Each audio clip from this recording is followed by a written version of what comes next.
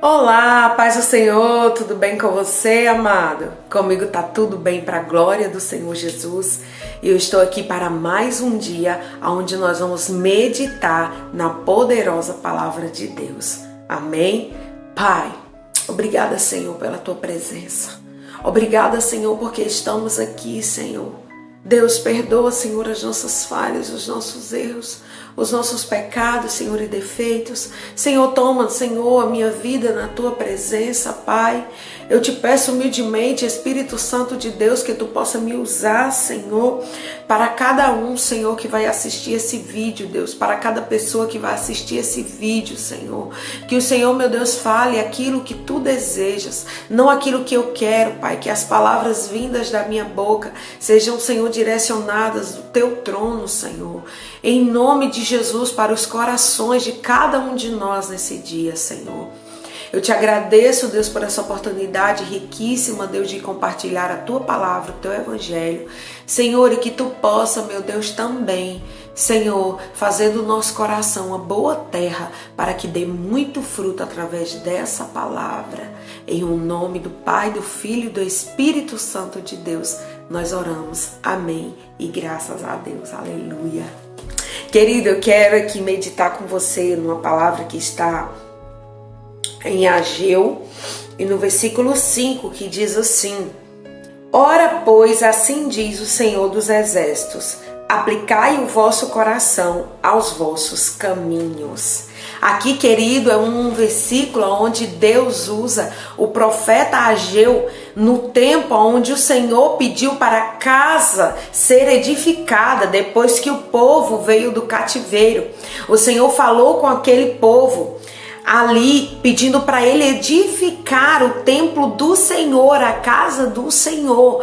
Porém, o povo, ao invés de obedecer a Deus, eles primeiro edificaram a sua própria casa e esqueceram do que Deus pediu. E por causa disso, o Senhor falou, usando o profeta Ageu, dizendo que eles estavam aplicando o coração deles aos caminhos deles, não aos caminhos de Deus. Amados, nós temos que tomar muito cuidado em todos os dias da nossa vida, porque assim como aconteceu com aquele povo, pode ser que nós também possamos aplicar o nosso coração ao nosso caminho e não ao caminho de Deus, não é? Nós temos, queridos, que vigiar, nós temos que orar, nós temos que estar sempre na presença de Deus e vigiando para obedecer aquilo que Deus pede de nós. Aqui nós vemos uma nação onde sofreu muito, onde foi muito perseguida, onde foi escrava, onde sofreu muito em um lugar pagão, em uma nação pagã.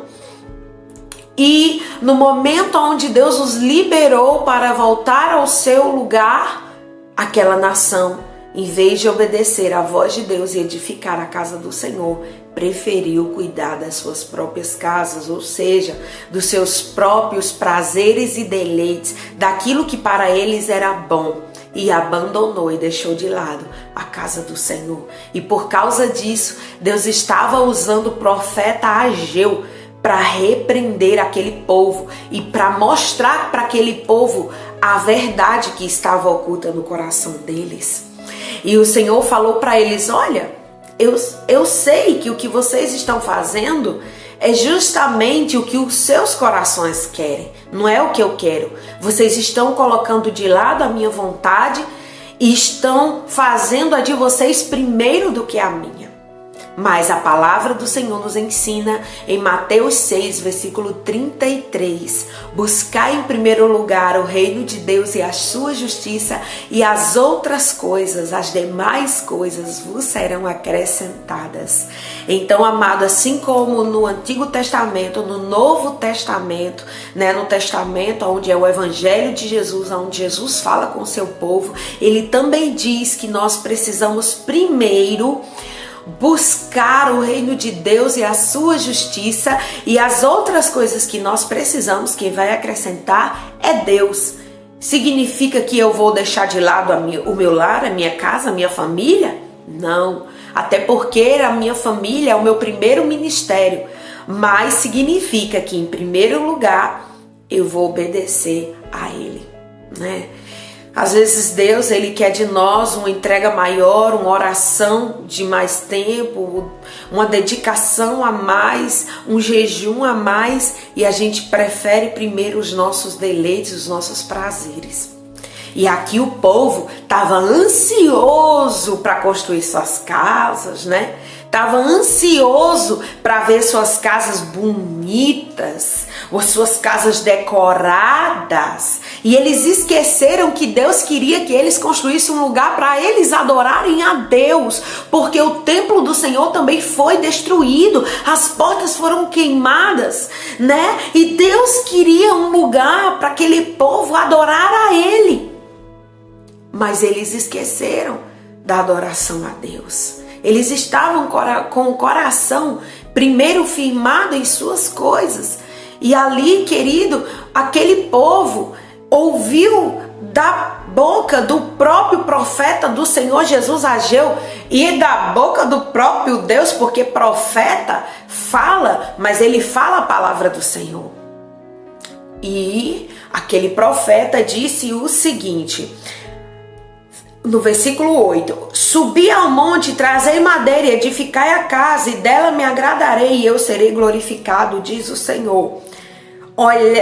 Olhaste para o muito, mas eis que alcançaste pouco, e esse pouco, quando o trouxeste para casa, eu lhe assoprei. Por quê? Diz o Senhor dos Exércitos, por causa da minha casa que está deserta, e cada um de vós corre à sua própria casa. Então o Senhor usou ali o profeta Ageu para dizer para eles que eles deveriam subir ao monte, eles deveriam trazer madeira, né?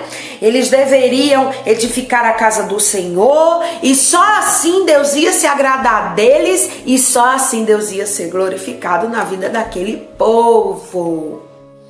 Então, amados, Deus também falou que no momento em que eles olham para o muito e no momento em que eles trazem para suas casas aquilo que eles ganham através do seu trabalho, Deus assopra, Deus faz com que não prospere. Por quê? Porque eles abandonaram a casa do Senhor, abandonaram primeiro a adoração a Deus e se preocuparam somente com os seus deleites e as suas vontades. Então, nesse dia, o Senhor, Ele quer trazer ao nosso coração uma certeza de que nós precisamos, sim, fazer a vontade de Deus e aplicar o nosso coração, não a nossa vontade, mas a vontade do Senhor. Não o nosso querer, mas o querer de Deus. Não aquilo que eu desejo, mas a vontade do Pai, que é boa, agradável e perfeita.